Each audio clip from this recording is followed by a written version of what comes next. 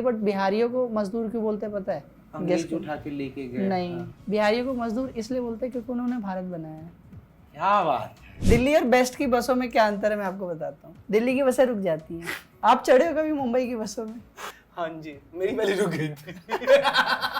मैं उतर गया था। वो शारदा सिन्हा का कौन सा गाना है? राम जी से पूछे जनकपुर के नारी, बता दो बबुआ लोगवा देत काहे गारी, बता दो बबुआ।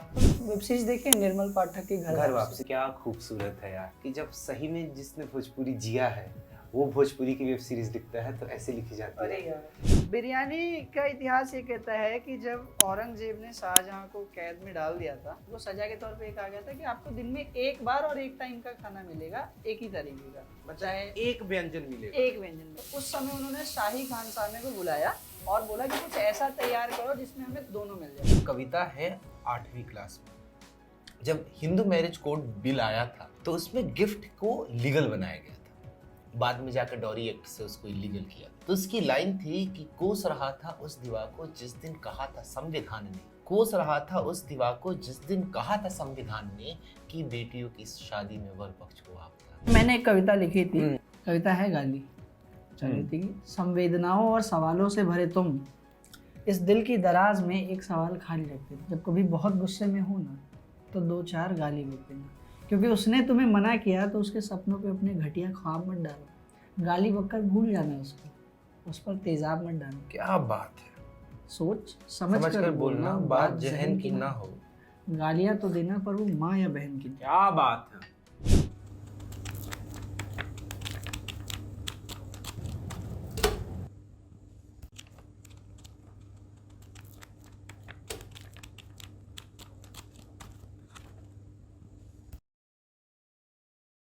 नमस्कार, मेरा नाम शुभम श्याम है। एक कविता है जो देश के जनमानस के अंदर तक पहुंची, अंतरात्मा तक पहुंचकर भारत की आवाज बनी। कविता कुछ यूं शुरू होती है कि माना की है अंधेर बहुत और चारों ओर नाकामी है, माना की थक के टूट रहे और सफर अभी दुर्गामी है, जीवन के आपाधापी में जीने का ठिकाना छूट गया, माना की थक गए सपनों का नींदों में आना छूट गया, माना की हिम्मत टूट गई, आंखों में निराशा छाई है, माना कि चांद पे ग्रहण है और रात अभी गहराई है, पर कृष्ण ने साफ कहा है कि, श्री कृष्ण ने साफ कहा है कि बस कर्म तुम्हारा कल होगा और कर्म में अगर सच्चाई है तो कर्म कहाँ निष्फल होगा, हर संकट का हल होगा, वो आज नहीं तो कल होगा। आंखों में सपने, हृदय में आसमान भर उम्मीदें, कलेजे में मेहनत करने की जबरदस्त भूख और जिंदगी में माथे पर, पेशानी पर परिवार का बल। जिंदगी में जब इंसान अपना घर छोड़ता है ख्वाहिशों का पीछा करने के लिए तो सिर्फ सपने की मियाद पर उड़ाकर नहीं टिकता। घर में रोटी, कंधे पे माँ बाप की जिम्मेदारी और जिंदगी भर का संघर्ष, परिवार का बोझ उसके पीठ पे एक मसलन बोझ की तरह चलता है।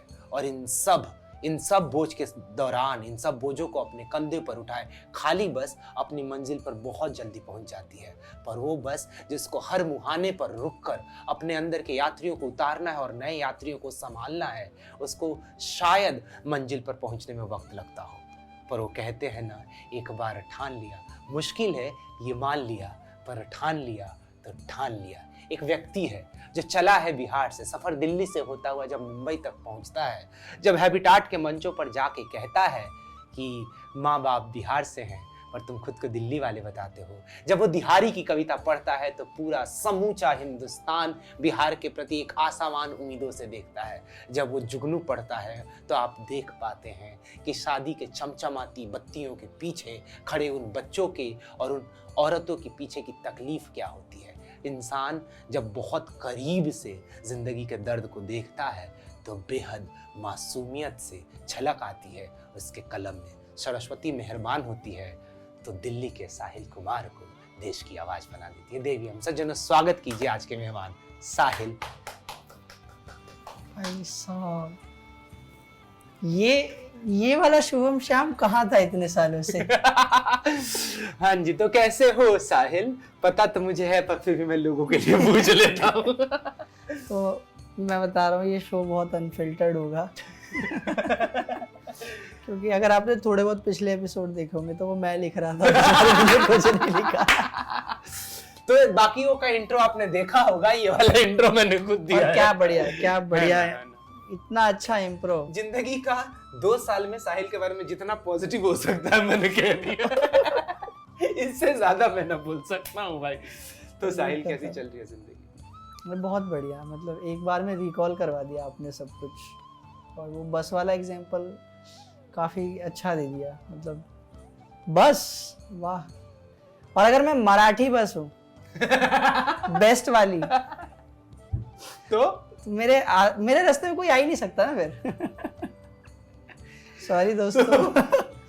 किसी भी, मैं कई दफा साहिल को कहता हूँ कि तुम्हारी कविताओं के लिए जितनी संवेदना तुमको मिलेगी, तुम्हारे ये सेंस ऑफ ह्यूमर के लिए, अनफिल्टर्ड सेंस ऑफ ह्यूमर के लिए उतनी बददुआएं, और दोनों मिलके एक दूसरे को बैलेंस करती ही नजर आएंगी।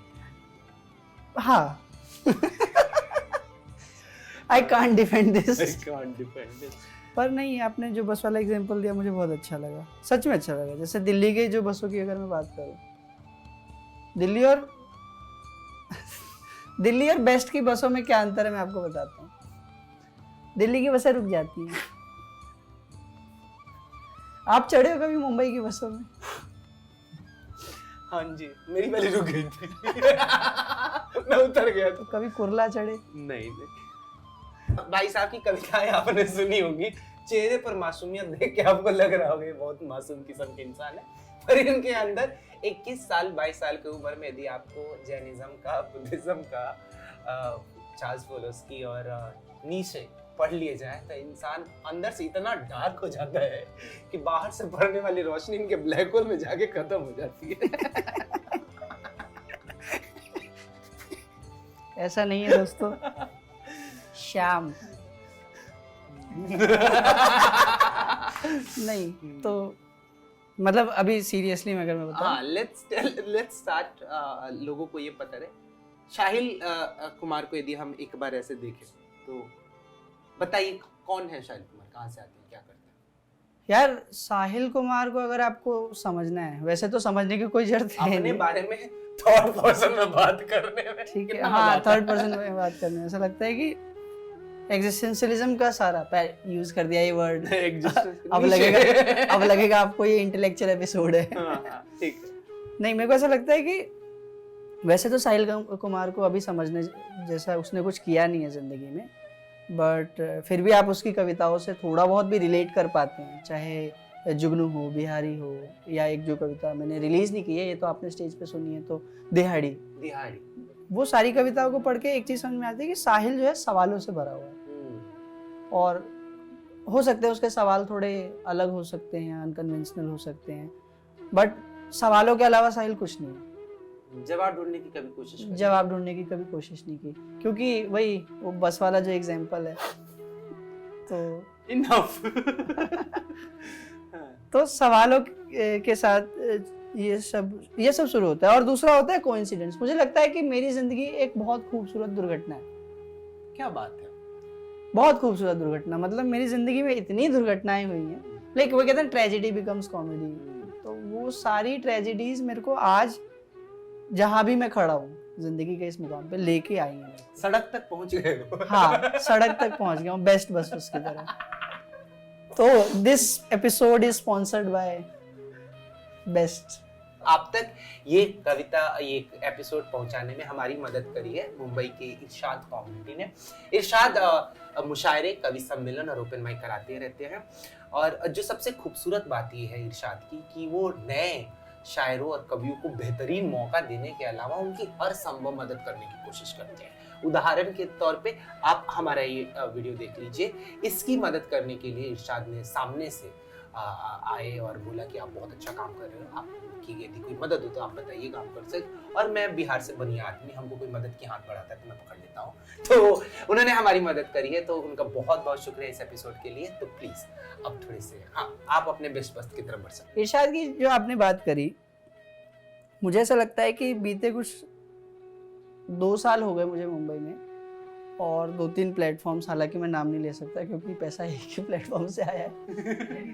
बस मैं बता रहा हूँ कि पिछले 2 सालों में मैंने एक रेडिकल रेडिकल शायद से गलत शब्द हो सकता है, हिंदी में अच्छा शब्द है तीव्र।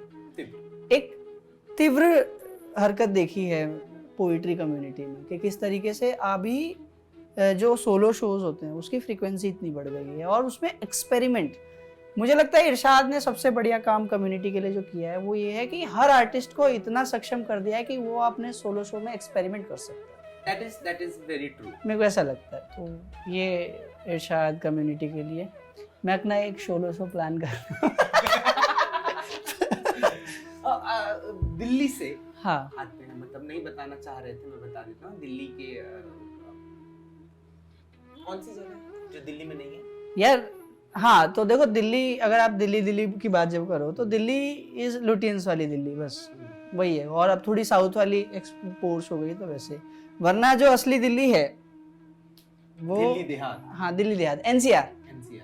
आप बाहरी दिल्ली जाइए, आप जमुना पार जाइए मैं आता हूँ रोहिणी से।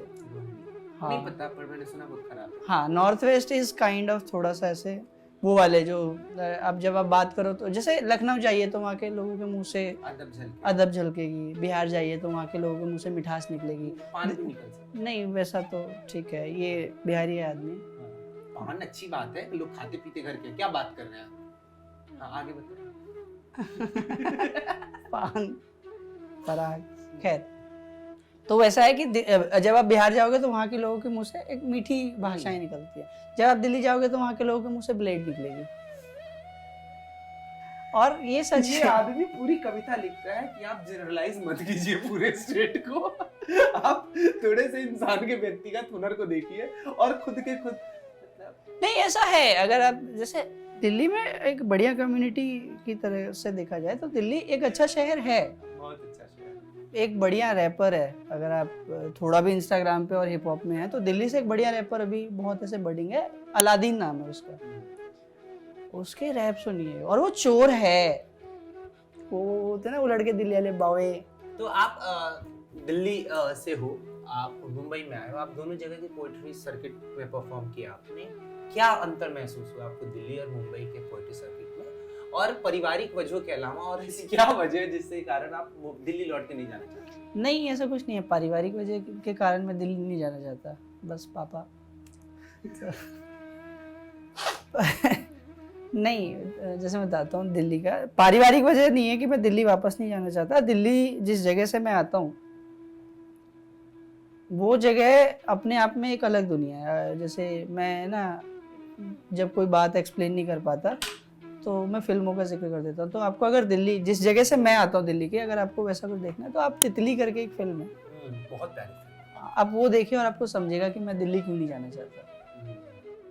और बहुत मतलब मेरी ज़िंदगी का एक 22 साल का मकसद था कि उस जगह से निकलना, और जब मैं एक्चुअल में वो कर चुका हूँ तो मैं शायद ही लौट के जाऊँ। मैं लौट के जाऊँगा तो अपने रूट्स तक जाऊँगा, जैसे मैंने बताया ना मैं बिहार जा सकता हूँ। और रही बात आपके दूसरे सवाल की कि पोइट्री सर्किट में क्या अंतर है, तो वो है, देखिए पोइट्री सर्किट तो लोगों से ही बनता है और लोगों का नेचर मुंबई और दिल्ली के हिसाब से बहुत अलग अलग है। मुंबई की, जैसे मुंबई का आंचल बहुत बड़ा है, चाहे वो पोइट्री का हो या फिर लोगों का हो नॉर्मल, वो हर किसी को अपने आंचल में रख लेती है, जगह दे देती है और सिखा देती है कि चल ठीक है, तो कोई ये नहीं आता ना, ये कर ले। मुंबई है तो इसमें बहुत खूबसूरत बात, मुंबई ऐसा करती है। मैं एक मेरा दोस्त है उमंग, वो एक पहली बार जब मुंबई आया था तो छत्रपति शिवाजी टर्मिनस पे उतरा वो, और उसको गोरेगांव जाना था एंड उसको कोई आइडिया नहीं था कि ऐसे लोकल ट्रेन से आप सीधे गोरेगांव जा सकते हो। तो छत्रपति शिवाजी टर्मिनस से बाहर निकला और उसको कैब का इंतजार करना था, और कैब ना दूसरे साइड मतलब होता है ना, आपको क्रॉस करके जाना होता है, और वो बाहर निकल चुका था। तो बारिश हो रही थी और वो टिटका हुआ था कि कैसे जाऊं। आउट ऑफ नोवेयर एक बंदा आता है, कहता है दोस्त हेल्प चाहिए क्या, और उसने उसको उसके कैब तक छोड़ा। ये बॉम्बे में हो सकता है, ये सिर्फ मुंबई में हो सकता है कि एक दूसरे को ऐसे अजनबियों की मदद करी जाती है यहाँ पे, और आपको एक बार जो मदद मिलती है वो लौटाया जाता है बहुत खूबसूरत तरीके से। इस शहर में एक जो परंपरा है, जो प्रवासियों ने, जो मराठियों ने पहले शुरू करी होगी, जो दूसरों को स्वागत किया होगा, उन्होंने अपनाया होगा। जैसे आपने कहा ना, महाराष्ट्र का आंचल बहुत बड़ा है, मुंबई का आंचल बहुत बड़ा है, तो ये एक खूबसूरत परंपरा है जो हमें नॉर्थ के लोगों को भी बहुत ज्यादा सीखने की जरूरत है। नहीं, मेरे को लगता है नॉर्थ के लोगों को सीखने की जरूरत है नहीं, बस ये है कि उस जगह का परिवेश ऐसा है ना कि वहां पर लोग इनसिक्योर हैं। जब आप इनसिक्योर रहोगे ना तो आप मदद करने से हिचकिचाओगे कि यार मदद, देखो दिल तो सबका साफ है, मुझे ऐसा लगता है। दिल्ली में भी मेरी बहुत लोगों ने मदद करी है, बिना पूछे करी है, बट वो क्योंकि मेरी शक्ल थोड़ी मासूम है, बाद में मैं जेब नहीं मजाक कर लेंगे हम बाद में। हाँ। ये जो पॉइंट है कि लोग मदद करना चाहते हैं पर इनसिक्योर है, इस कारण से नहीं करना पड़ता है।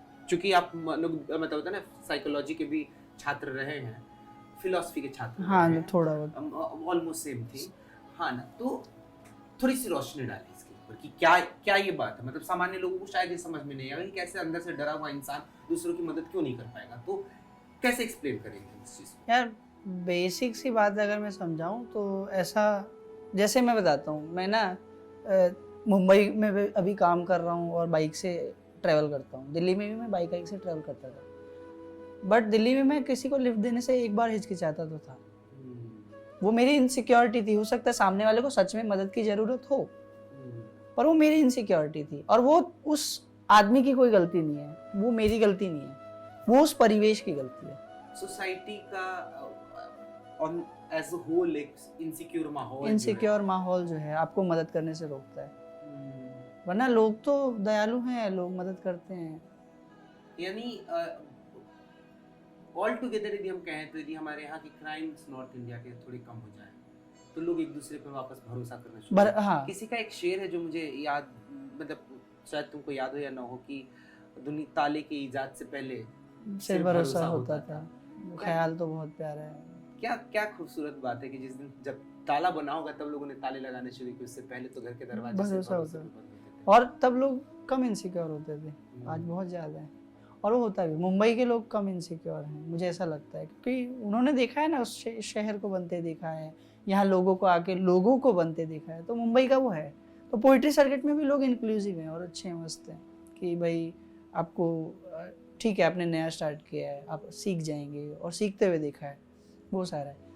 दिल्ली के पोइट्री सर्किट में अच्छी बात यह है कि दिल्ली के जितने भी लोग हैं, शायर, राइटर्स, आर्टिस्ट, वो एक तहजीब रखते हैं घराने वाली, शुद्धता वाली, वो शुद्धता वाली रखते हैं, और वो भी कहीं ना कहीं सही है। मतलब एक एसेंस ऑफ आर्ट जो है अपने आप में सही है।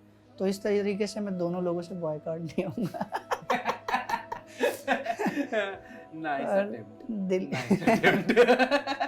पर दिल्ली का ऐसा है, दिल्ली की पोइट्री सर्किट थोड़ा सा ऐसा, अब मैं बोल रहा हूँ तो बोल सकता हूँ, थोड़ा सा जो मुझे दिखता है, दिल्ली में जो कमर्शलाइजेशन की भूख है, वो समय के एक पड़ाव को स्किप करने में लगी हुई है। वो मुझे एक दिक्कत लगती है। जैसे कि मुंबई में भी कमर्शलाइजेशन है, ठीक है, कोई इसमें दोहराई वाली बात नहीं है कि मुंबई में पोइट्री का कमर्शियल, मतलब अगर आप पोएट हो तो आप यहाँ अच्छे से कमा पाओगे, पर दिल्ली में उतने ज़्यादा अवसर ना मिले, क्योंकि ऑब्वियसली दिल्ली वाला जो सर्किट है या वहाँ की जो इंडस्ट्री है वो अभी बन रही है, वो ग्रोइंग स्टेज में है, यहाँ एस्टेब्लिश्ड है। पर उस कमर्शलाइजेशन की जो दौड़ है, वो जो रेस है, मुंबई ने जितना समय इस रेस में अपने आप को मैच्योर करने में लिया, दिल्ली वो पार नहीं करना, दिल्ली वो स्किप करना चाहते, वो लांग देना चाहते कि हम भी मुंबई जितना करेंगे, हम भी मुंबई जितना चार्ज करेंगे, या वो सारी चीज़ें करेंगे, चार्ज भी नहीं, हम भी मुंबई जितनी कसर करेंगे, मतलब बराबर पे आके खड़े हो जाएंगे। वो जो एक संघर्ष जो बॉम्बे ने 15-20 सालों में किया है, उस संघर्ष को लांग जाना चाहते हैं, हाँ बेस, मतलब हर दूसरा शॉर्टकट लेने की कोशिश जी। और वो प्लेटफॉर्म, जैसे ओपन माइक्स का कल्चर अगर मैं देखूँ तो मेरे को लगता है कि दिल्ली के 5 सालों में, दिल्ली भी नहीं, अब तो मुंबई का भी मेरे को 2-2.5 साल हो गया, तो मेरे को समझ में आता है कि ओपन माइक्स का कल्चर कितना बदल गया है। पहले जैसे मैंने जब कविताएं चालू करी थी लिखना, और 2019 या 20 में चालू करी थी कविताएं लिखना, जब मैं ओपन माइक्स में जाता था तो मुझे वो बस कविता लोग सुन ले, 2-4 तालियां मिल जाएं, और एक आध कोई भला मानुष आके बोले कि इस कविता में ये कमी थी। पर आज अगर मैं ओपन माइक में जाना चाहता हूँ तो मेरा एक ही मकसद है, रील निकल आए। और ये जो रील वाला प्रेशर है ना, इसने कवियों को, राइटर्स को कंटेंट क्रिएटर में बदल दिया, उन्हें पता भी नहीं चला। नहीं, बट मेरे को ऐसा लगता है कि वो लोग, मैं 2017 से मुंबई में हूँ, और मैंने अपने बहुत सारे लोगों को, बहुत सारे नए लोगों को इस मुहिम से जुड़ते देखा, जो कविताएं लिखना चाहते हैं, पढ़ना चाहते हैं, और बहुत सारे लोगों को इसको छोड़ के जाते हुए भी देखा। तो ये भी तो हो सकता है कि वक्त अपनी कसौटी पे हुनर को परखेगा, और जो लोग सिर्फ चंद मिनट के फेम के लिए या 4 मिनट की वाहवाही के लिए या सिर्फ इंस्टाग्राम के कंटेंट के लिए बना रहे हैं, उनकी ऊर्जा एक दिन खत्म हो जाएगी, तो वो फेज आउट हो जाएंगे। ये वो दौर है। जो लोग वास्तविक लिखने वाले हैं, वो रील भी बना रहे हैं, तो भी उनके लिखने की भूख खत्म नहीं होगी। ये जरूर हो सकता है कि उनको यदि फीडबैक वाला जो प्रोसेस है वो खत्म हो गया, तो वो धीरे उनको जो वक्त बाकी लोगों को 2 साल में फीडबैक के कारण सुधार लाने का मौका मिला, उनको थोड़ा लंबा वक्त लगेगा। वो ठोकर खा के सीखेंगे। मतलब हर पीढ़ी को अपनी गलती करने का आजादी, अपनी गलती करने की आजादी होनी चाहिए, पूरी छूट होनी चाहिए, बट फेज आउट हो जाएंगे। बट हाँ, ये तो कमी है कि मतलब वो जो चलन बदल गया है कि फीडबैक वाला नहीं रहा, अब सिर्फ रील वाला है। बट वक्त के साथ तो चीजें बदलेंगी। मतलब हम जब आए थे परफॉर्म करने लगे, तो हमारे पहले वाले लोग जो मठाधीश बने हुए थे अलग अलग जगहों के, जिन्होंने ऐसे अपनी कुहनी लगा रखी थी, अपना रुमाल रख रखा था कि इस पे हम हैं और फिर हमारे शागिर्द बैठेंगे, वैसे लोगों को सोशल मीडिया ने बाईपास करा दिया। अब हमारी कविता और हमारे दर्शकों के बीच में कोई और मठ नहीं है। इस कारण से हमको उस संघर्ष के दौर से निकल गए। तो हो सकता है कि ये नई धारा बन रही है ना, नदियां वक्त वक्त पे अपना रुख तो मोड़ती रहती है। हाँ नहीं, बिल्कुल फैक्ट है। बट इसमें आप जो बात कह रहे हो मेरे को बिल्कुल सही लगती है कि हर उम्र को, हर पीढ़ी को गलती करने की आज़ादी है। मैं जो यहाँ पर कहना चाहता हूँ, मेरे को लगता है भूख वो शिफ्ट हो गई है। जैसे मैं अपना एग्जांपल लेता हूँ और किसी का नहीं। अब हम इसी पे बात करते हैं कि how was your 2 years or 3 years of Mumbai? You started writing मतलब कितने 2017-18? अच्छा, ये तो मैं बताता हूँ, शायद मैंने ऐसे बताया ऑफ कैमरा, बट आज ऑन कैमरा बताता हूँ कि जब मैंने लिखना चालू नहीं भी किया था, तो स्वभाव मेरे को एक स्टेज की भूख थी। तो मैंने ना 2-4 कविताएं रट ली थी जिनको मैं स्टेज पे जाके पढ़ता था। तो वो कविताएं थी दर्शन राजपुरोहित जी की एक कविता है अली मेरा भाई, क्या बात है, क्या खूबसूरत कविता। गौरव त्रिपाठी जी की एक कविता है गालिब है हवालात में, और शुभम श्याम की एक कविता है गिर जाना मेरा अंत नहीं। तो ये कविता, तीनों कविताओं को पढ़ने के बाद मैंने तीनों लोगों को फॉलो किया इंस्टाग्राम पे, और मैं देखता रहता था कि सर्किट पे क्या चालू क्या नहीं। और फिर मेरा मैनिफेस्टेशन मुझे, अरे भाई साहब, इनके मैनिफेस्टेशन की कहानी, बाय गॉड, मैं आपको ना रियल टाइम एग्जांपल दे रहा हूँ इसके मैनिफेस्टेशन की। तो भाई एक जगह नौकरी करते हैं, अब तो बात कर ही सकते हैं नौकरी छोड़ने की। हाँ, तो मैं इंडिया टुडे में काम करता हूँ। Now it's India yesterday for मी।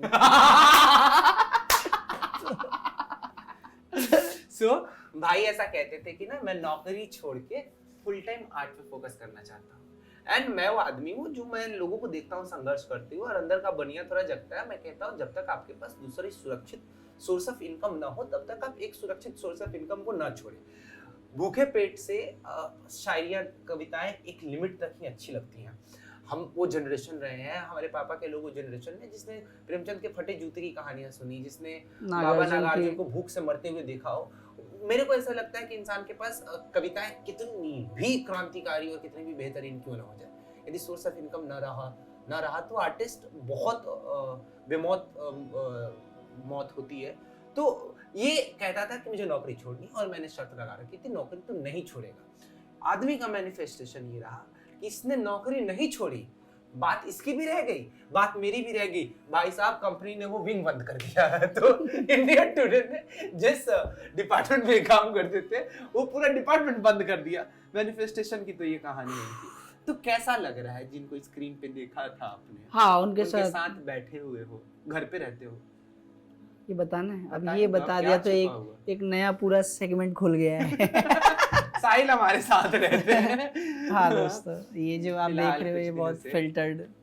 तो जब मैं पहली बार आया था मुंबई, जब आया था तो शायद ये मेरा मुंबई में पहला दिन था, और मैंने बैग रखा, लंच किया, और लंच करने के बाद शाम होते ही मैं हैबिटेट पे खड़ा था। ठीक है, उसकी कहानी कभी और बताऊंगा कि उस पूरे दिन की कहानी क्या थी। बट मेरे को दूसरा ये जानना था कि शुभम श्याम किस दिन होस्ट कर रहे हैं। हालांकि मेरे एक दोस्त हैं जो दिल्ली से मेरे साथ हैं, रजत सूद, उनको देख के मैंने थोड़ा सा ऐसे मुंबई तक का आने का सफ़र भी तय किया था कि तय करते हैं कि चलते हैं मुंबई। तो उन्होंने मेरे को माइक से मुंबई के सर्किट से इंट्रोड्यूस कराया। हालांकि मैं बहुत लोगों को पहले से जानता था। आदरणीय श्री शुभम श्याम तो ये होस्ट कर रहे थे उस दिन ये शो। आप उस दिन वो होस्ट कर रहे थे शो, और मैं थोड़ा नर्वस भी था कि भाई आज थोड़ा उस लहजे में पढ़ना है कि शुभम श्याम को ये कविता पसंद आई। फिर मैंने वो कविता पढ़ी और सबसे ज़्यादा दाद, एक्सपेक्टेड तो नहीं था बट आई आपकी तरफ से, और वो हंसी बैठ गई जहन में। इवन आप मेरी जब जागीर कविता सुनेंगे, आप यूट्यूब पे जाइए, साहिल कुमार पोएट आप सर्च ऐसा करें, करें पढ़ ही दे। जागीर कविता ना, हाँ ये फैक्ट बता के कि जब आप जागीर कविता सुनेंगे तो उस कविता में जो सबसे वाइब्रेंट लाफ है वो इनकी है। और नहीं सिर्फ इतना नहीं, मेरे को लगता है कि मैं अपनी जिंदगी के 25 सालों के पूरे सफर में सबसे प्रैक्टिकल आदमी से मिल पाया हूँ तो वो ये आप हो। मैं अपनी जिंदगी के 25 सालों के एक्सपीरियंस में सबसे प्रैक्टिकल आदमी से मिला और वो आप हो। मतलब मुझे ऐसा लगता है, क्योंकि यार एक तो ये है कि देखो आप कवि हो, राइटर हो, आपको चाहिए कल्पना, और कल्पना जब आपके अंदर आए तो प्रैक्टिकलिटी का बैलेंस कैसे करे कोई, और ये बैलेंस सिर्फ बनिए के तराजू में हो सकता है। नाइस। तो देखो हो गया ये एपिसोड का मकसद पूरा। नहीं ये सच बात है। तो जागीर वैसे ही पड़ी थी, और जागीर आज मैं देखो ये मेरा शायद दूसरा पॉडकास्ट है और मैं बताना चाहता हूँ कि जागीर मैंने बिहारियों के लिए नहीं लिखी थी। ये शायद मेरे को कैंसिल करवा देगी ये स्टेटमेंट, बट ऐसा नहीं था। वो कविता क्षेत्रीयता की कविता है। अगर आप किसी भी क्षेत्रीयता में, हाँ कि भाई आप स्टीरियोटाइप तो हर किसी को कर रहे हो ना, पर हालांकि मैं खुद बिहारी था तो उसका अभी आदमी पूरे रोहिणी के मुंह में ब्लेड ढूंढने वाला। हाँ बोल ले। शिकार ही शिकारी बनता है। चलो। नहीं वैसा तो जब मैंने जागीर वाली जो कविता लिखी थी वो किस तरीके से लिखी थी, तो मैं बताता हूँ कि मेरे ना बिहार से जो रूट्स हैं वो 6 महीने वाले हैं, जो हर बिहारी बच्चे के रूट्स हैं। वो सारा किसी शहर में, किसी अलग शहर में पल रहे हैं, बढ़ रहे हैं, और फिर वो बस 6 महीने में एक बार गांव जाते हैं, अपने दादा दादी से मिलते हैं और वापस। इतना ही नाता है बिहार के और इस वाली प्रवासी बिहारियों का। ठीक है, तो अब वो इस वाले असमंजस में है ना, जहाँ पर वो ना बिहार को ढंग से डिफेंड कर सकते हैं ना उनकी बुराई कर सकते हैं। आलोचना भी है, देखो ऐसा नहीं है कि कोई भी स्टेट परफेक्ट नहीं होता, बट आलोचना भी आप तभी कर पाओगे जब आप उस स्टेट को अच्छे से जानते हो। तो मैं वैसा शख्स था ही नहीं, मतलब मैं दिल्ली में पला बड़ा, पैदा भी वहीं हुआ। ठीक है, और जब मैं नानी के यहाँ दादी के यहाँ जाता था तो मेरे लिए बिहार उतना ही था जितना दादी का घर और नानी का घर, उसके अलावा मुझे बिहार का कुछ भी नहीं पता। ठीक है, अब हुआ ये कि जब जैसे जैसे मैं दिल्ली में बड़ा हो रहा था तो मेरे को स्टीरियोटाइप्स फेस करने पड़ते थे, और अलग अलग स्टीरियोटाइप्स। ऐसा भी नहीं है, जैसे सबसे बढ़िया स्टीरियोटाइप जो मुझे फेस करने को मिलता था वो पबजी में मिलता था, पता नहीं क्यों। सबसे बढ़िया मतलब देखो, एक होता है कि अगर आपको कोई स्टीरियोटाइप कर रहा है, वो क्रिएटिवली कर रहा है, तो जैसे उदाहरण हंसी नहीं, वो सच में वीडियो सच में ये एपिसोड कंप्लीट नहीं हो पाएगा। पर वैसा तो उस स्टीरियोटाइप के बाद मैंने तय किया कि यार मैं बिहार जाऊंगा। अभी मेरे को चमका ही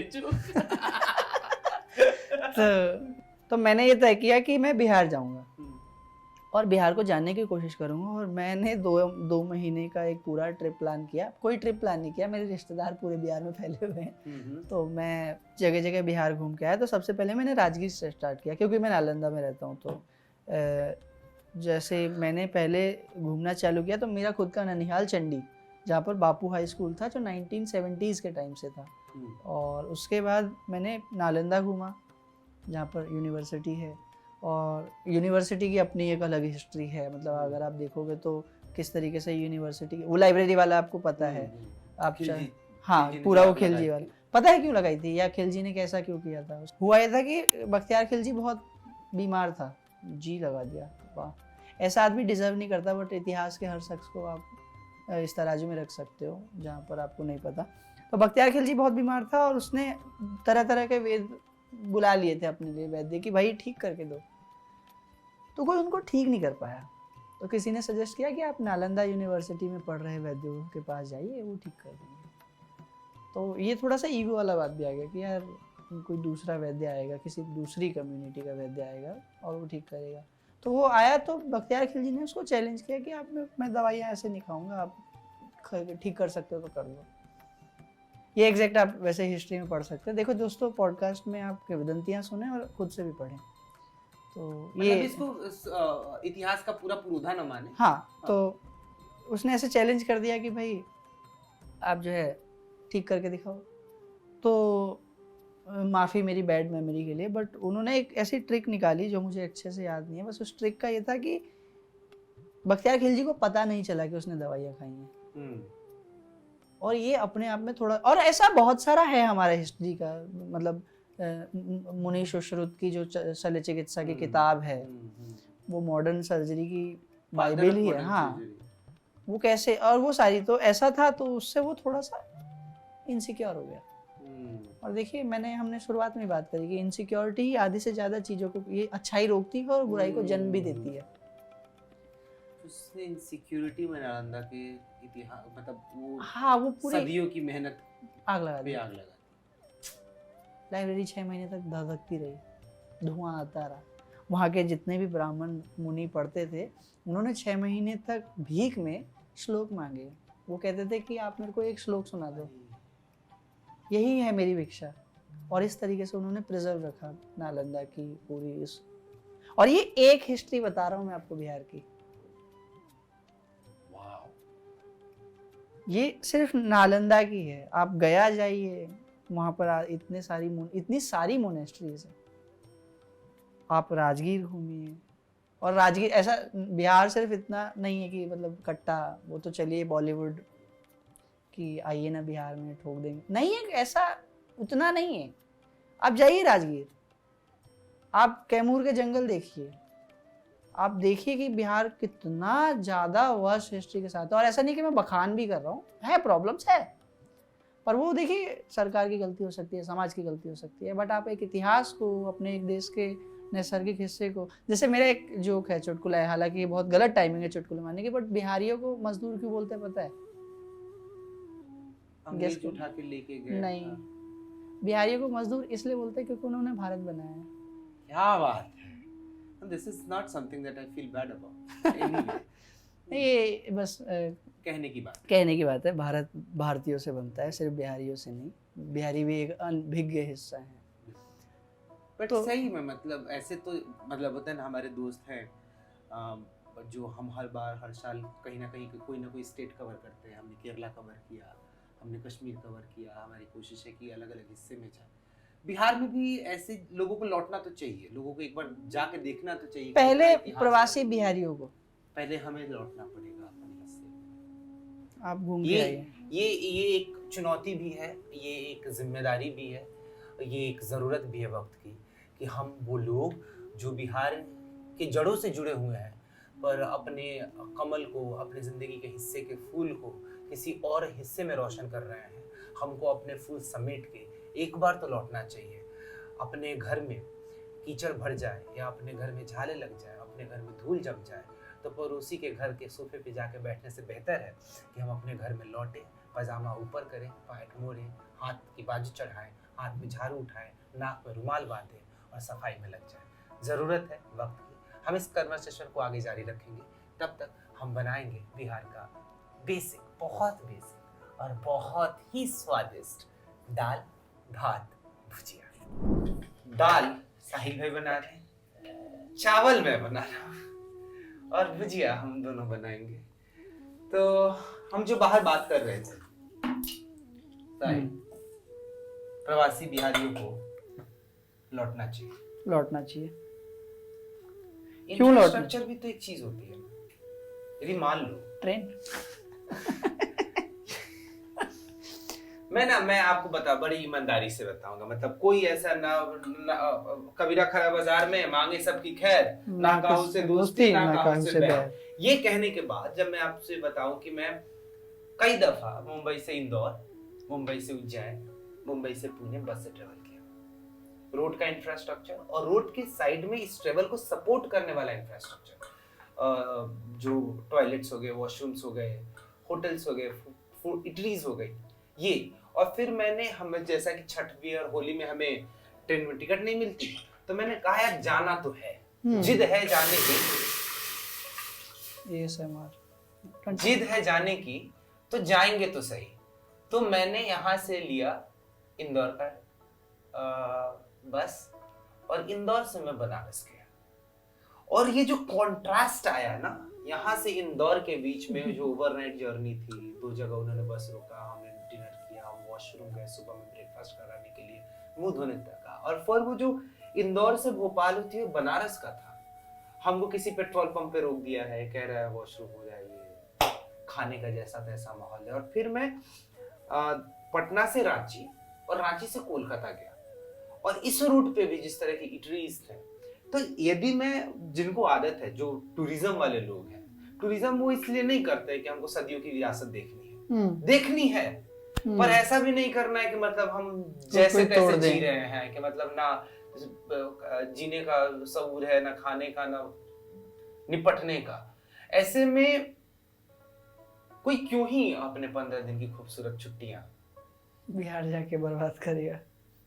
देखिए बात वैसी नहीं है, बात ये है कि कहीं ना कहीं समाज और सरकार की जिम्मेदारी तो बनती है कोई इंफ्रास्ट्रक्चर। समाज और सरकार की बनती है, बट आप सोचिए ना कि मेरे को लगता है समाज और सरकार का रिलेशन वैसे ही है जैसे मियाँ और बीवी का होता है। ठीक, कैसे? मियाँ बीवी के रिलेशनशिप में कभी 50-50 होता ही नहीं है, आपको थोड़ा थोड़ा वैसे ही रखना पड़ता। सबसे ज्यादा प्रवासी माइग्रेशन कौन से स्टेट से होता है? बिहार से। ये एक आम आदमी को ये डाटा पता है, डाटा नहीं भी पता हो तब भी ये फैक्ट पता है। क्या उस हिसाब से ट्रेनें चलती हैं? क्या उस हिसाब से इंफ्रास्ट्रक्चर है? नहीं है। दूसरी चीज जो मेरे को अभी तक मुंबई आके समझ में आई, जब कहते हैं ना पैसा जब आ जाता है, कि जब आपके पास पैसा आता है ना, तो आप अपनी जरूरतों को लेके क्लियर रहते हो कि आपको क्या चाहिए और क्या नहीं चाहिए। बिहार, यूपी, एमपी, ये स्टेट वैसे है जहां लोग सदियों से लिविंग ऑन द वर्ज पर है। यार एक बात बताओ, जब मेरा बचपन एडजस्ट करते हुए निकल गया, मेरी जवानी एडजस्ट करते हुए निकल गई, मेरा बुढ़ापा एडजस्ट करते हुए जा रहा है, तो मैं कैसे ये बात अपने बच्चों को सिखा पाऊंगा कि ये सही है और इस तरीके से सही नहीं है? हम पहली पीढ़ी हैं जो शायद बात कर रहे हो कि भाई ऐसा है वैसा है, क्योंकि हमारे माता पिता को तो कोई फर्क नहीं पड़ा, हमें पड़ रहा है और हम उम्मीद कर रहे हैं कि पहली बार में ही चेंज आएगा। मुझे लगता है बदलाव के 3 चरण होंगे। तो जो बात आज हम बिहार की कर रहे हैं कि बिहार ऐसा है वैसा है, शायद हो सकता है हमारे पोते बोले कि यार बिहार ठीक है, क्योंकि हम अपने बच्चों को सिखा सकते हैं कि ये सही है, ये गलत है, ये डिमांड की जानी चाहिए, ये बात की जानी चाहिए, ये मांग रखी जानी चाहिए। और जब वो मांगेंगे और ये लंबा है, तो तब शायद हमारे पोतों को मिल पाए। जैसा मतलब जो महाराष्ट्र में ज्योतिबा फुले जी, बाबा साहब अम्बेडकर ने जो किया, एक सदी गुजरी है संघर्ष की, तो उसका फल आज महाराष्ट्र को मिल रहा है। महाराष्ट्र को मिल रहा है, या किसी और स्टेट्स का भी आप देख सकते हैं। बिहार की दिक्कत ये हुई कि बिहार जब जिस तरीके से हमारा कल्चर हुआ या जो भी हुआ, इसमें डालेंगे आप? हाँ, मेरे को पता नहीं है, खाना इधर ही आके सीखा हूँ मैं, तो मेरे को ये नहीं पता कि पानी कितना डालना है। देखिए दोस्तों, मैं खाना अच्छा बनाता हूँ, पर ये नहीं पता कि कितना ज्यादा। एक बार साहिल भाई ने हमारे घर पे खाना बनाया 2 जनों का, वो खाना 2 जन 3 दिन तक खाए हैं।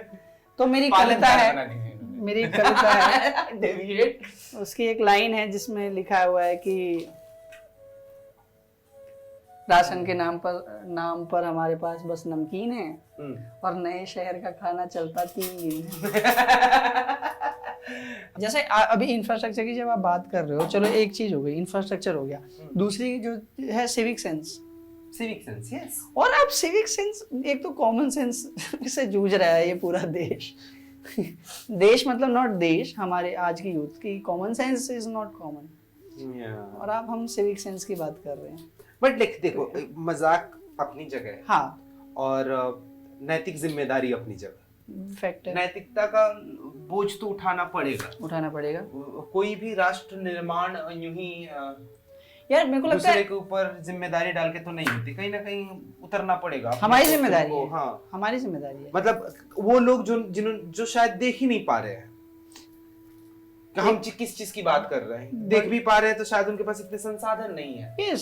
कि वो इस चीज को साकार कर सके। तो शायद जिनके पास संसाधन है, तरीके हैं, उनको पहले जिम्मेदारी उठानी पड़ेगी। तो ये सारा तो वही है ना कि मेरे को लगता है स्किपिंग द पार्ट। जैसे एक वर्ड होता है फिलोसफी में हमारे, सिनिकल, नहीं, नॉट निराशावाद, जीवन जीने का एक तरीका है सिनिसिज्म, जैसे जिसमें आपको ज्यादातर चीजों से फर्क नहीं पड़ता है। पर ये फर्क कब नहीं पड़ता है? जब या तो आपके पास संसाधन ना हो, या आप एक वो पूरा दौर, जो मैंने बोला एडजस्टमेंट वाला, अगर एक पूरा समाज सिनिसिज्म के दौर से गुजर रहा है तो आप उससे सिविक सेंस का एक्सपेक्टेशंस कैसे, उपेक्षा कैसे कर सकते हैं? आपको जीवन की गुणवत्ता बढ़ानी पड़ेगी। आपको अभी जैसे फॉर एग्जांपल अभी समझिए कि मैं 20 साल बिहार में पला बड़ा पैदा हुआ, ठीक है, मान लीजिए, हालांकि दिल्ली में हूँ। मैंने जिंदगी में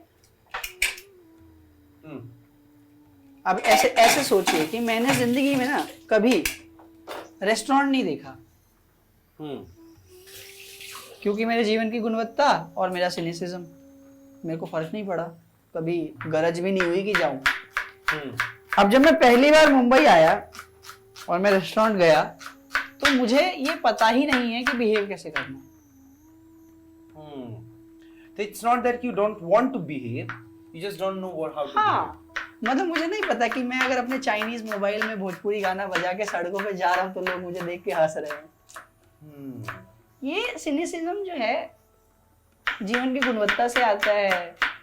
अगर हटेगा, अगर आप जीवन की गुणवत्ता को बढ़ा दोगे तो हम बात करेंगे ना इन चीजों पे। और मेरा बेसिक सा ये कहना है कि पेट तो भर दो,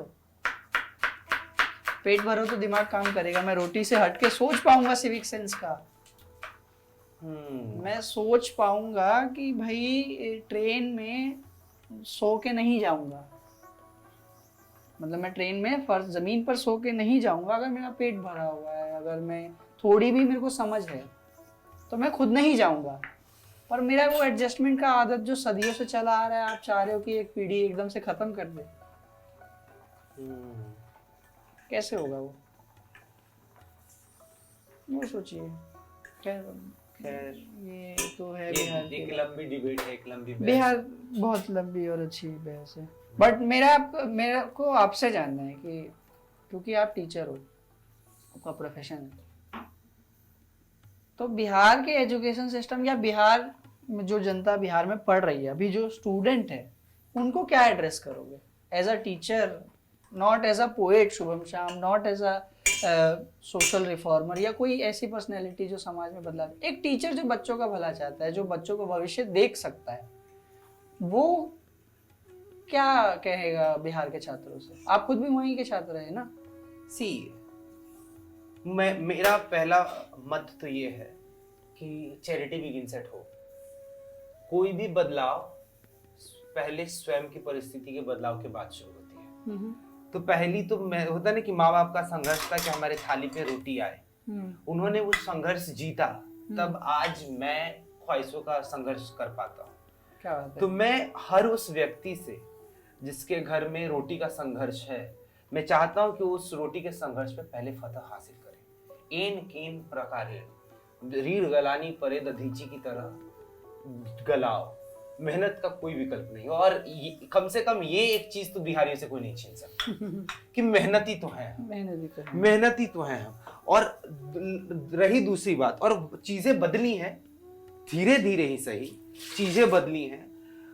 होता है ना, हो गई है पीर पर्वत सी पिघलनी चाहिए, इस हिमालय से कोई गंगा निकलनी चाहिए, मेरे सीने में नहीं तो तेरे सीने में सही, हो कहीं भी आग पर ये आग जलनी चाहिए।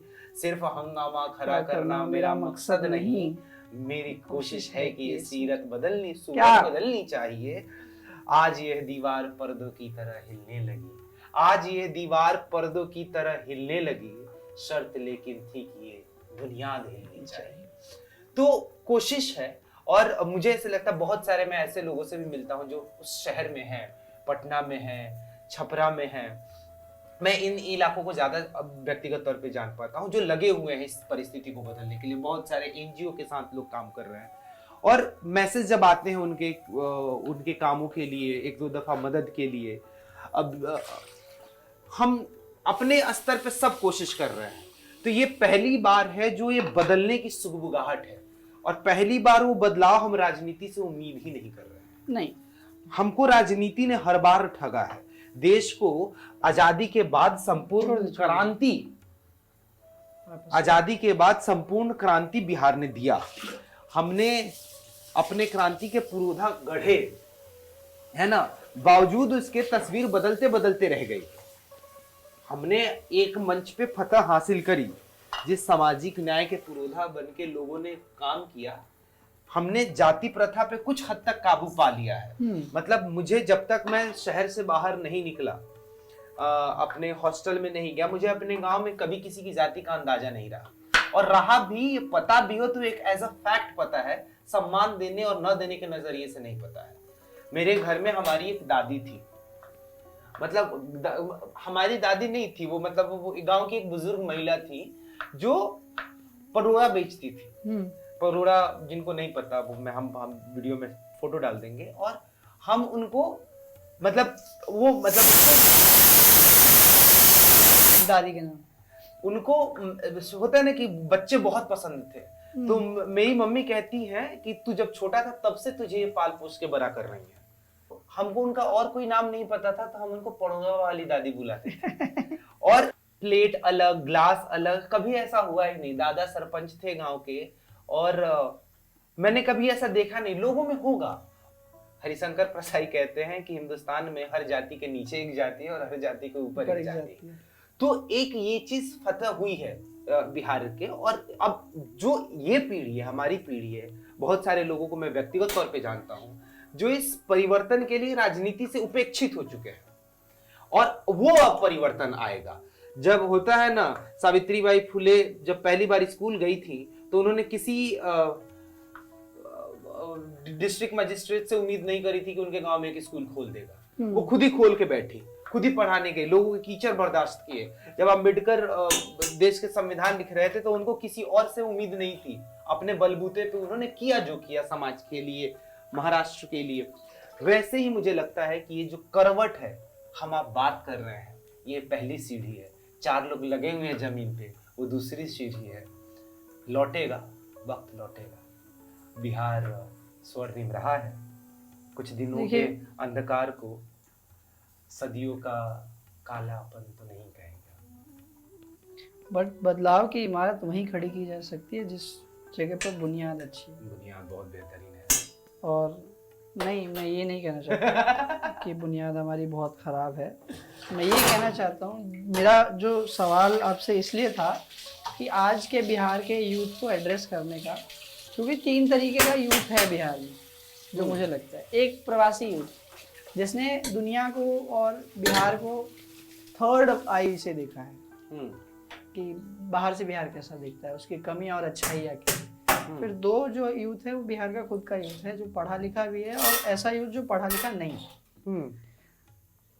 अब जब मैं बुनियाद वाली बात बोलता हूँ तो मैं उस ना पढ़े लिखे वर्ग को बोलता हूँ जिनकी बुनियाद थोड़ी सी कहीं और दिशा में चली गई है। जैसे कि जब आप ये कह रहे हैं कि जाति जो है आपकी खत्म हो गई है, मतलब खत्म इन द सेंस, ठीक है, आपने एक्सपीरियंस नहीं किया, और वो एक तरफ है। मेरी जाति जो है कुम्हार है, जाति भी नहीं है, हमारा खानदानी काम है। तो हमें पहले शाब्दिक तौर पे थोड़ा सा वो करना पड़ेगा कि जाति कुम्हार नहीं है, हमारा काम कुम्हार है, कुम्हार का है। हमारे यहाँ पर हर तरीके के लोग आते थे, हर जात के, हर वर्ग के। मटका तो सबको चाहिए, पर जो भेदभाव मैंने देखा है वो बहुत ऐसे रियल है कि जिस तरीके से हम ऊंची जात वालों को ट्रीट करते थे, हम मतलब हमारा परिवार, और जिस तरीके से हम नीची जात वालों को ट्रीट करते थे, वो 2 अलग चीज़ें हैं। इसमें जो मुझे बहुत बाद में समझ में आया कि जाति जो है इंसान, जिसमें मैं बताता हूँ ना, हर बार अब जब मेरे से बात करते हुए तो अनुभववाद या फिर अस्तित्ववाद की बात है। इंसान अपनी पहचान को वैलिडेट करने के लिए इन सारी चीज़ों का इस्तेमाल करता है, जबकि उसकी पहचान ये है नहीं। आपकी पहचान, आपका नेचर, आपके मूल्य, आपकी बिलीव्स वो होती है। पर आप किसी पर्टिकुलर वर्ग में या किसी विशेष जाति में या किसी धर्म में पैदा हुए हैं जिस पे आपका कोई कंट्रोल भी नहीं है, वो आपकी पहचान है। तो यहाँ मेरे को लगता है कि बुनियाद में थोड़ी गड़बड़ है। आप फिर ये तो मैं अपने घर वालों को इस बात का उपलब्धि देता हूँ। मैं बनिया हूँ और हमारे घर में, मतलब हमारे गांव के आसपास नहीं, हम जाति भी बनिया ही है, बनिया का काम है। काम भी दुकान का ही है, पर हमारे घर पे हमारे दुकान के जो स्टाफ होते हैं वो हैं अलग अलग जात के। अब बात कर ही रहे हैं खुल के, तो इस बात में मैं कर लें, बीन है और अलग अलग जातियों के भी लोग रहे हैं, पर कभी हमने ये अलग का भेदभाव नहीं देखा। हमारे घर में एक ही टिफिन में सब पापा का उनका खाना जाता था, एक ही टिफिन में वो घर पे आते हैं तो एक ही थाली में होता है ना, कि कभी अलग अलग नहीं हुई। मुझे बहुत दिनों तक ये अंतर नहीं पता था, जब तक मैं होता ना इस उम्मीद में, जब गांधी को पढ़ना शुरू किया 8वीं क्लास, मैंने 9वीं क्लास में अपनी फैमिली का सरनेम ड्रॉप कर दिया था। हाँ, मैंने फैमिली का सरनेम ड्रॉप करके श्याम उठा लिया था। दादा ने कुछ दिनों तक बात नहीं करी थी और मुझे लगा था ये पहली बगावत थी मेरी कविता की तरफ, कि मुझे नहीं चाहिए कि कोई ये देख के जज करे कि तुमको कितनी इज्जत देनी है, तुम्हारे आगे का सरनेम। बहुत बहुत बहुत, ये तो प्यार। पर जो आप बोल रहे हो टिफिन वाली बात, हो सकता है आपकी तरफ से, आपने वो वेब सीरीज देखी है निर्मल पाठक की घर वापसी? क्या खूबसूरत है यार ये। इस आप बताना अपनी, पर मैं उसको बताऊं कि जब सही में जिसने भोजपुरी जिया है वो भोजपुरी की वेब सीरीज लिखता है तो ऐसे लिखी जाती है। अरे यार क्या खूबसूरत भाषा है, क्या दृश्य है उसमें।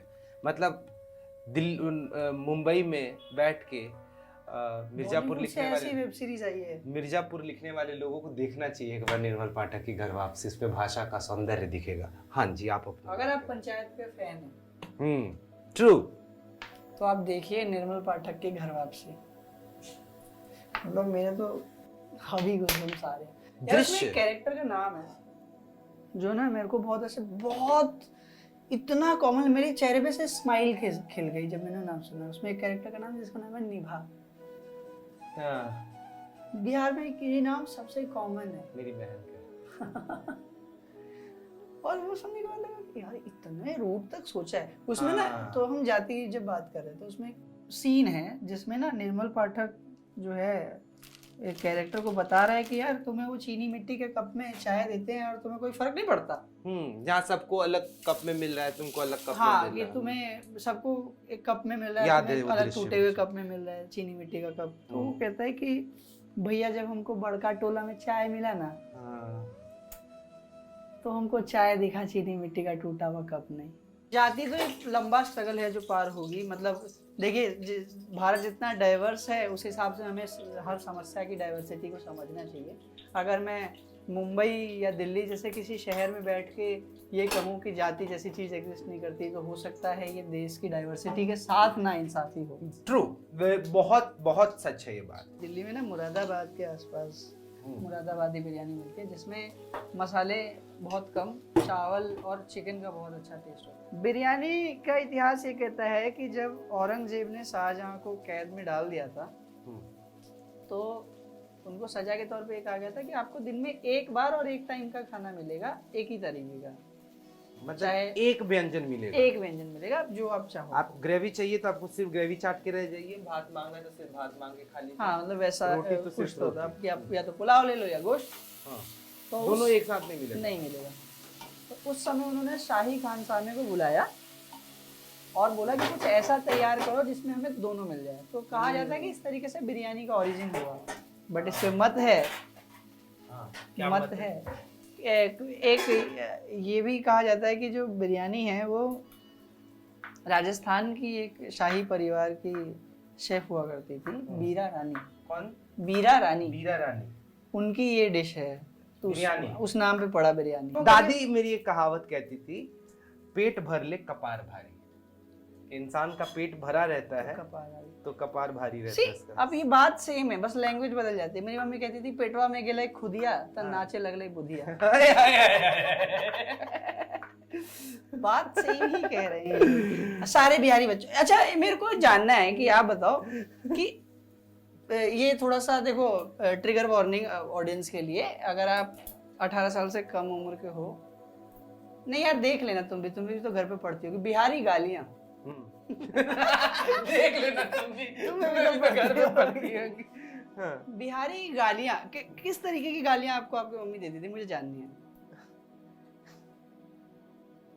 आप वल्गर हटा सकते हो बट ऐसे कुछ एक आध गालियां जो Bihari. This is the time मतलब मैंने मम्मी की एक इमेज बनाई है पिछले 7-8 सालों में। Aunty sorry. एक बार में मैं ध्वस्त नहीं कर सकता। अच्छा तो चलो आप ऐसे ही बता दो। मतलब मेरी दादी ऐसी गाली देती थी दादी कि मतलब मैं बचपन में मुझे नहीं समझ में आई है उसी। जब जवान हुआ ना, मैं धीरे धीरे बड़ा होता गया, तो धीरे धीरे उनके गालियों का लेयर समझ में आता चला गया। जैसे सबके चाम के बा, सबके चाम के बाद, सबके चाम के बा केहू के सोना के नहीं थे। क्या मतलब? आई हैव नो अंडरस्टैंडिंग क्या कह रही है दादी। जब बच्चा था तो मैं, जब बड़ा हुआ तो वो जो इंसान का गुरूर होता है ना अपने सौंदर्य पे, तो उस पे कटाक्ष था। अरे वाह। अब वो सीधा कहाँ जा रहा है, मैं वो बाकी ऑडियंस अपने आप कमेंट में बताओ। मौलिकता से समझे, कमेंट में मत बताना गाइस प्लीज। नहीं नहीं, मैं चाहता हूँ देखो आपका भी आप साहिल को पर्सनली मैसेज कर देना। अलंकारिस्ट ALANKARIST नहीं, पर जैसे यार देखो गालियां ऐसा अगर एक लिमिट में दी जाए तो गालियों से अच्छा क्रिएटिव इंस्ट्रूमेंट कोई है नहीं यार। हमारे बिहार में तो गालियों की प्रथा है। जब बारात आती है, दूल्हा आता है, तो जो गालियां देते हैं, जी जी देखा है मैंने, है ना? या फिर फर्स्ट हैंड एक्सपीरियंस है। वो शारदा सिन्हा का कौन सा गाना है? राम जी से पूछे जनकपुर के नारी, बता दो बबुआ लोगवा देत काहे गारी, बता दो बबुआ। राजा दशरथ जी त कैले होशियारी, राजा दशरथ जी त कैले होशियारी।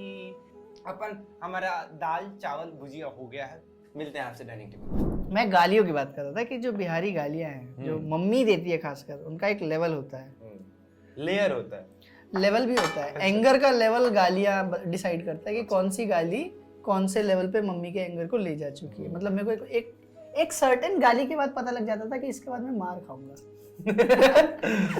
तो वैसा जैसे नहीं, मेरे को आपको वैसे जानना है कि क्या आपके साथ ऐसा कुछ हुआ है? आप नहीं, मेरी मम्मी की टोनालिटी पे हमें पता चलता था कि अब मार पड़ जाएगी। गाली उनका एक ही रहता था, जो अक्सर आप भी मेरे मुंह से अक्सर सुनते रहते हैं, वही नहीं सुनना। पता है मुझे क्या है वैसे। इनको बता दो। कह देते नहीं कहते यार देखो कह सकते हो। जैसे अभी मेरे को ना बिहार की गाली को सबसे अच्छा लगता है कि जैसे जनरली जो गालियां होती हैं उसमें हम आदमी की लड़ाई होती है तो हम औरतों को घसीट लेते हैं कि समझ रहे हो ना, मेरे को गाली बकने की जरूरत भी नहीं है आपको समझ। बट बिहार में उल्टा है, औरतें को घसीट लेती नहीं मर्दों को घसीट रही है। जैसे मेरी मम्मी एक गाली बकती थी कि, और ये बहुत ऐसे नॉस्टैल्जिक गाली लगती है मुझे, कहती थी मुचमुत्ता के दमदा। मुचमुत्ता के दमदा। तो समझिए कि आप एक्सप्लेन करें होता क्या है मुचमुत्ता। व्हाट इज मुचमुत्ता? बेसिक मुचमुत्ता कौन हो सकता है? मुचमुत्ता क्या होता है? कुकुरमुत्ता क्या होता है? कुकुरमुत्ता इज फंगाई जो उग जाता है कुकुर के मुतने पर। हाँ बस, तो मुचमुत्ता भी कुछ ऐसा ही होता है। तो मुचमुत्ता के दमदा मतलब अपनी बहू के साथ। हाँ सोच रहे हो, मैं कुंवारा आदमी, मेरे को पता भी नहीं कि मेरी शादी होगी नहीं होगी, उसका बाप कौन है, उनको गाली बक रही है। मेरे को कभी जब कोई डांटने पर उतरता है ना और मेरे से कोई पूछ रहा है, जैसे मालूम नहीं किसी से लड़ाई कर ली और गलती मेरी है ना, और पूछे कोई किसने शुरू किया, जवाब दूंगा सच बोलूंगा तो मुझे अपना नाम लेना पड़ेगा। झूठ बोलूंगा तो उनको सच पता है, तो ऐसे में मैं चुप हो जाता हूँ। मेरी चाची कहती हैं कि बेटी बेचवा के रोल धर लिए। देखिए ये गालियां एक सामाजिक मुद्दा भी उठाती है अगर आपको समझा जाए। जैसे मेरी मम्मी एक और गाली बकती थी और यार, और एक तो बहुत, अबे जाए चम्मच कौन ले यार, दो बिहारी एडजस्ट कर सकते हैं, जब कोई तीसरा नॉन बिहारी होगा तो हम will show some civic sense. We will say that nobody was watching us. तीन कैमरे के सामने बैठ के 1000-2000 लोग 1000-2000 हाँ इतने ही बात। तो पर नहीं तो ऐसे मुचमुत्ता के दमदा फिर अब मूछ भी है एक एक चीज। मिनट साहिल, आपने दाल में नमक डाली है? बातों में है ना भाई। ये होता है दोस्तों। हमने बात में जाति और गाली इतनी कर ली कि खाने में नमक डालना भूल गए। तो जिंदगी नमक में लेकर जब भी आप कभी इतनी बातों में भूल जाएं तो ध्यान रखें कि नमक यानी अनुभव सही मात्रा में हो, वरना स्वाद नहीं आएगा। नहीं तो मैं वही बता रहा था कि मूछ से जब मम्मी का मन नहीं भरा तो मम्मी एक लेवल आगे गई। और इसके बाद मुझे लगता था कि एक ही जगह डाल दिया आपने। हाँ, मम्मी एक जगह कह मम्मी एक कदम आगे गई। अब मम्मी मूछ पे नहीं, कान पे। तो मुझमुत्ता कनमुत्ता हो गया। अच्छा, कनमुत्ता। और एक गाली जो मुझे आज तक समझ नहीं, जो लोग अगर आप ये बिहार से देख रहे हैं या आपके घर में ये गालियाँ बकी जाती थी, मुझे बताएं। मुदैया वाला। मुदैया और भी पड़ती है। और मुझे ये चीज थोड़ा सा ऐसे समझी नहीं। निस्तनिया, कोढ़िया। आय हाय हाय हाय आय हाय। तो ये जो मुझे लगता है कि आप अपने बच्चों को जब बड़ा करते हैं तो इनडायरेक्टली आपके बच्चों को क्या फीड कर रहे हैं वो भी इम्पोर्टेंट है। मेरी मम्मी कहती थी मुझे कोढ़िया, और मैं वही बन गया। मेरे ऑफिस वाले समझेंगे यार। मैं आपको बता था कोढ़िया का क्या मतलब होता है। कोढ़िया का मतलब होता है वो आदमी। नहीं मैं आपको, वो आदमी जाए जिसके अंदर ताकत है, क्षमता है, पर इच्छा नहीं। किसी भी काम को करने की इच्छा नहीं, वो होता है कोढ़िया। और ये जैसे ज्यादातर लोगों में, जो अगर आप घर में 2 भाई हैं या बहन है, एक बच्चे से ज्यादा है, तो जो बड़ा वाला होता है वो कोढ़िया होता है।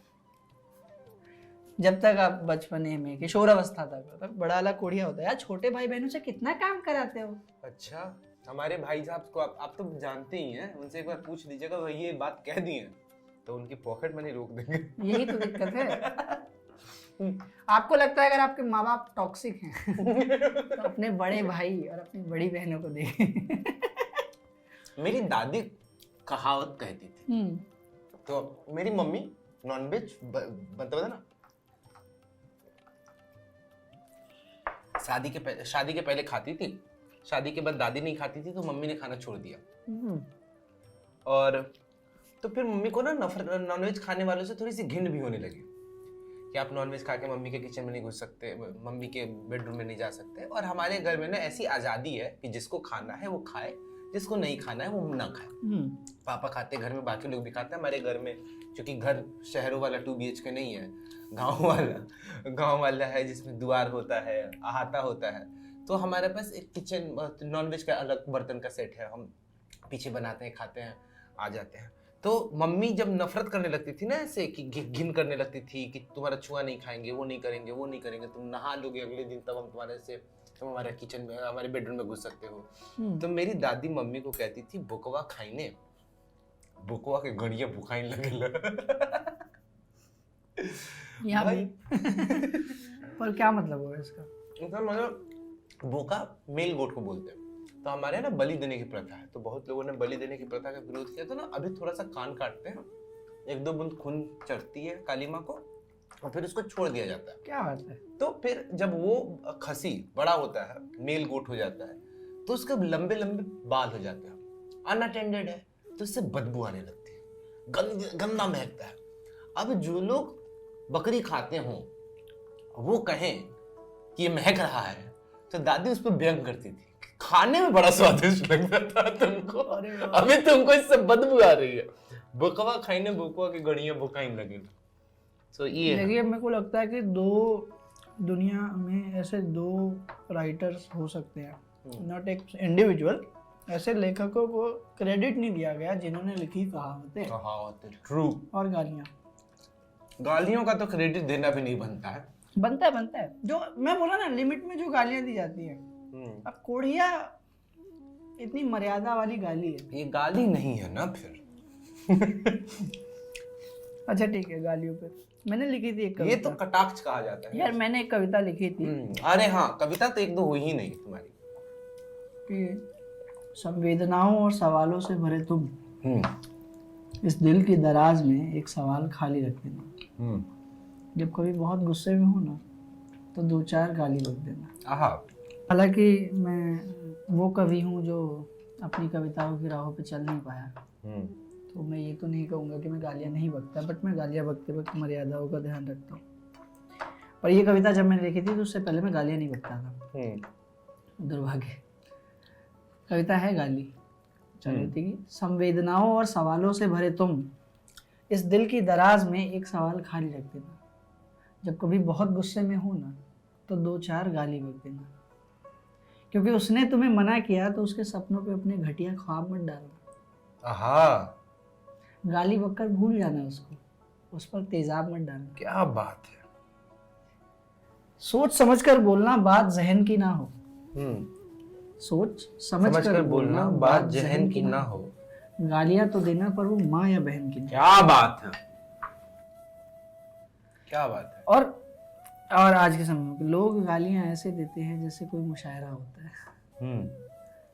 लोग गालियां ऐसे देते हैं जैसे कोई मुशायरा होता है, पर याद रखना गालियों का भी अपना दायरा होता है। बहुत बढ़िया। क्योंकि अब ये थोड़ा सा है ट्रिगर, क्योंकि दोस्त चूतिया कहे या बहन कमीना, तुम सबसे अमीर रहोगे क्योंकि तुम्हारे पास है उनकी प्यारी गालियों का नगीना। पर ये बातें जो मैंने कही है सब स्थूल गए हैं और हम गालियों के दायरे भूल गए हैं। True. क्योंकि हर बार हम अपने संस्कारों को पीटते हैं, मर्दों की लड़ाई में औरतों को घसीटते हैं, माँ की योनि और बहन के लिंग का जिक्र करते हैं। क्या बोल रहे हैं इसकी भी ना फिक्र करते हैं। माँ और बहन से मर्यादा का एक बंधन होता है, गालियों से आप इसको खोलते हो।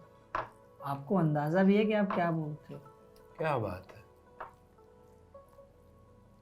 आपको अंदाजा भी है कि आप क्या बोलते हो। कितनी बार नैतिकता को लूटा है तुमने, हिसाब दो मुझे। कुछ पूछता हूँ, जवाब दो मुझे। आज जवाब नहीं दोगे तो खुद एक सवाल ही बन जाओगे। ऐसा ही चलता रहा ना तो तुम खुद एक गाली बन जाओगे। क्या बात है।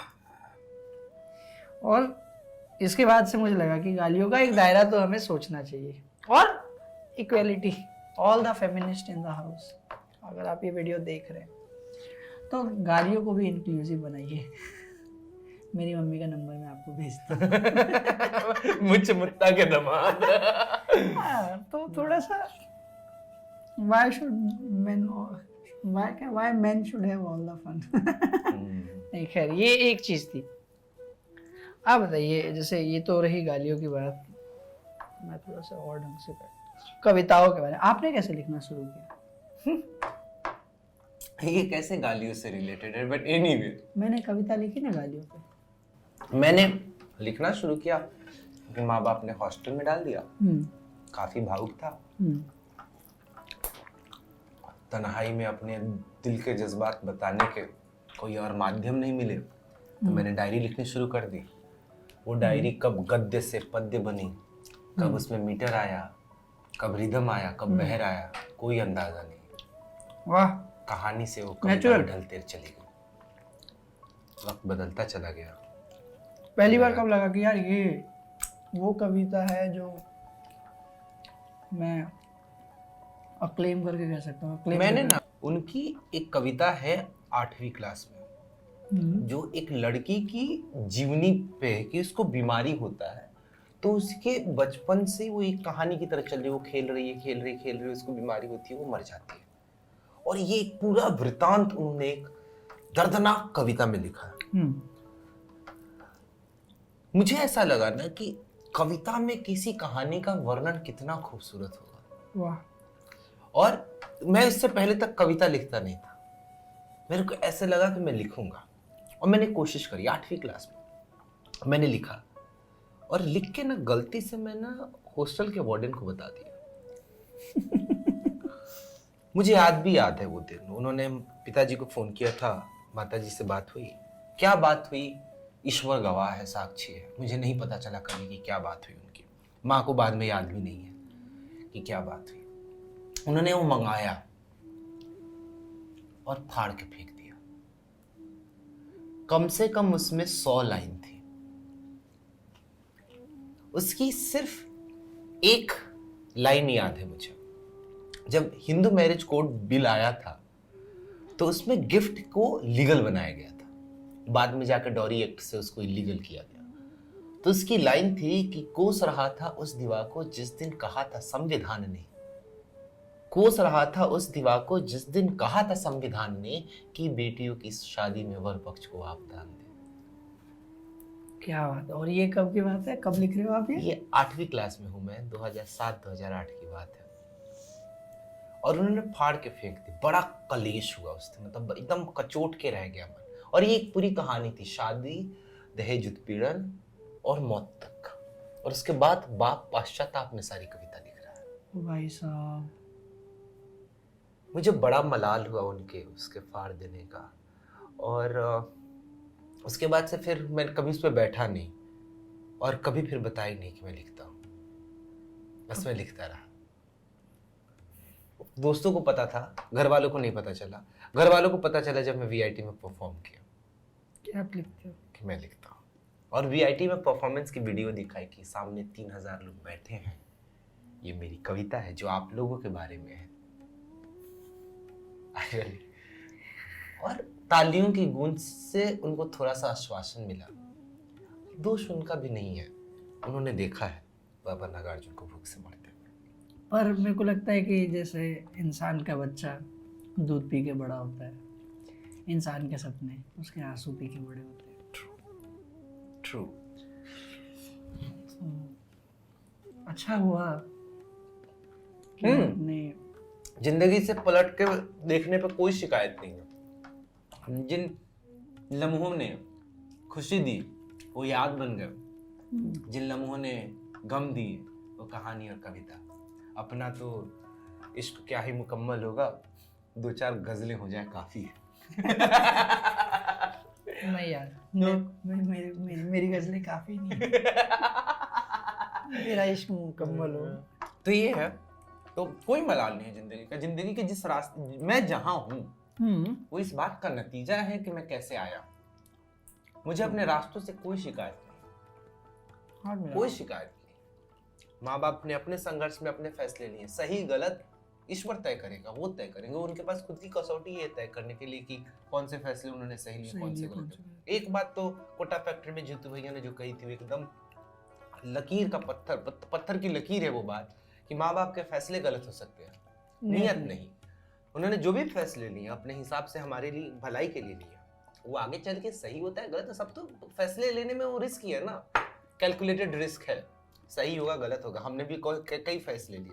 तुमने नौकरी ज्वाइन करी, नहीं ज्वाइन करी, छोड़ने का फैसला लिया, नहीं छोड़ने का फैसला लिया, मैंने इंजीनियरिंग करी, नहीं करी। जो भी फैसले हैं आने वाले समय में उसकी कसौटी पे कसी जाएगी। तो मुझे कोई शिकायत नहीं, पर्याप्त है। जो प्राप्त है वो पर्याप्त है।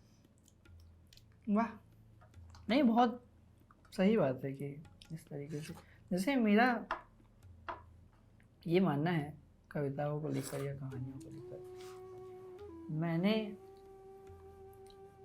मैंने ना जिंदगी में कभी ऐसा सोचा भी नहीं था कि मैं कविताएं लिखूंगा। पर अगर आज मैं पलट के देखता हूँ तो कहीं ना कहीं कुदरत मुझे कवि बनने के लिए तैयार कर रही थी। हाँ, आप रिलेट कर सकते हो, जितने भी राइटर्स हैं वो रिलेट कर सकते हैं। ट्रू। पर जैसे आपने बोला ना कि वो कचोट के बाद आप कवि बन गए, यही होता है। जैसे मैं, आपको पता होगा, मेरे पैर का नाखून अंगूठे में घुस जाता है। अंगूठे पे अगर चोट लगे तो मैं उसको उसी समय ठीक कर दूँ, बट जब वो नाखून घुस जाता है तो कचोटते रहते हैं काफ़ी टाइम तक। और वो कचोट मेरे को बहुत ऐसे एक एक्सट्रीम स्टेप लेने के लिए मजबूर करता है। आपको खाते हुए घटिया एग्जांपल देने के लिए माफ़ी। अनईजी हो जाता है। मैं मेरे से जब पूछा गया था कि 10th में कि फिजिक्स करोगे कि बायोलॉजी, तो मैंने बिना सोचे फिजिक्स कहा था, क्योंकि खून देखते मुझे चक्कर आती है। ऐसे कोई चीर फाड़ की बात करता है तो मेरे अंदर से होता है गिजगिजापन आने लगता है। अपनी कमजोरी है। वो क्या कहावत थी बोका वाली? तो इसी हैप्पी नोट पे बहुत बहुत शुक्रिया सर। कुछ रह गया है कहने का? रह तो बहुत गया है। बहुत कुछ रह गया, कविताओं से एंड करते हैं इस एक एपिसोड को। कविता शुरू करें फिर आप। हाँ यार, मतलब मैं बताता हूँ। हालांकि जैसे मैंने आपको बताया मुझे कविताएं कोई बात नहीं, आजकल आपको बहुत कुछ याद नहीं रहता, कविता है तो फिर भी। मैं आपको बता दूं, अगर आप शुभम शाम को नहीं जानते तो उनके रूममेट होने के नाते मैं आपको बता दूं, इस आदमी के अंदर एक औरत रहती है। ये बात मुझे पता है, मैं बताते रहता हूँ people, I have feminine energy. नहीं, नॉर्मल औरत नहीं। कौन सी औरत मैं बताता हूँ? कमोलिका।